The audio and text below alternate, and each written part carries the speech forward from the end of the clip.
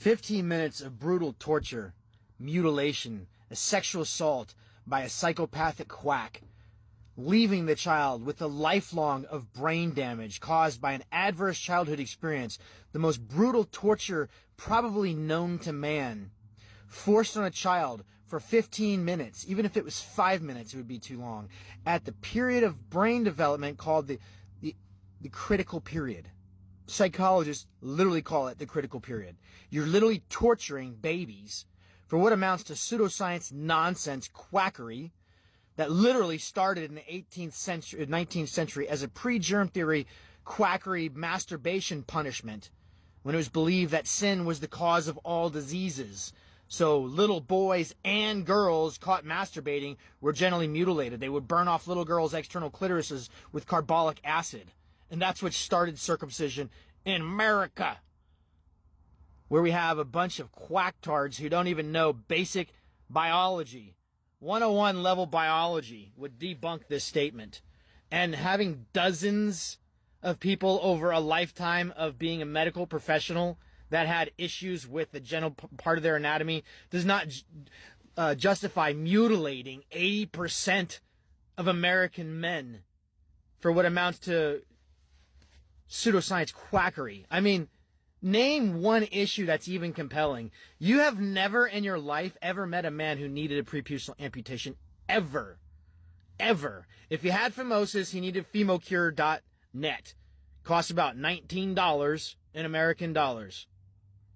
Completely fixes 100% of phimosis.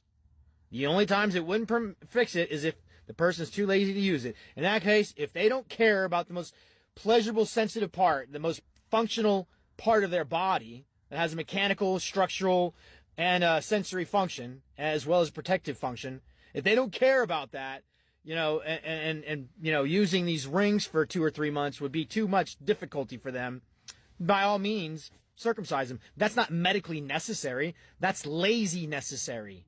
That's not necessary. And if they want that, that's their choice as an adult. Plus the fact that 95%, probably 97% of phimosis, adult phimosis, is caused by iatrogenic forced retraction, which was taught by American doctors who don't know the natural structure, function, and anatomical development of the natural male genitalia, which is fused by the prepuce is fused to the glands through the balano prepubital lamina till about 10 years of age.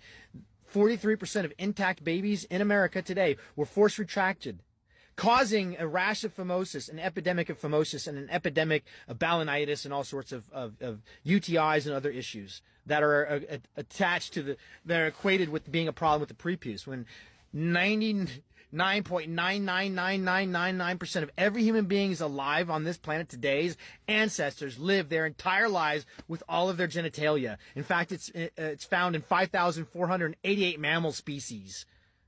It's found in males and females. Women, you have a prepuce too. You're cutting it off babies for pseudoscience nonsense claims and ridiculous nonsense like this. I mean, this doesn't even make sense. So what if you've seen a dozen people? I've seen if I was an EMT in the military, I've seen a dozen people with arms broken. Does that mean we need to cast people's arms ahead of time just in case they break their arms? Should we walk around in, Iron Man suits just in case someone breaks their arms? Or can we just live a normal life, just like most people on the planet? 70% of the world's men today still have all of their bodies. They don't have any of these issues. None of their nursing homes have these issues. The only place we have these issues is in America, where nobody knows how to clean a natural body of a man, including a lot of the men that have the part, which is crazy. We don't have an education system in this country to educate medical professionals or the men that have these parts on how to take care of them. It's really easy. You pull it track, you rinse, and you pull and you retract. You protract. You retract, then you protract. It's so easy. It's so simple. It's just utter nonsense. And if your ancestors could live their entire lives with no shower technology, with no Walgreens, with, soaps and shampoos for you to buy, then I'm sure you can do it too.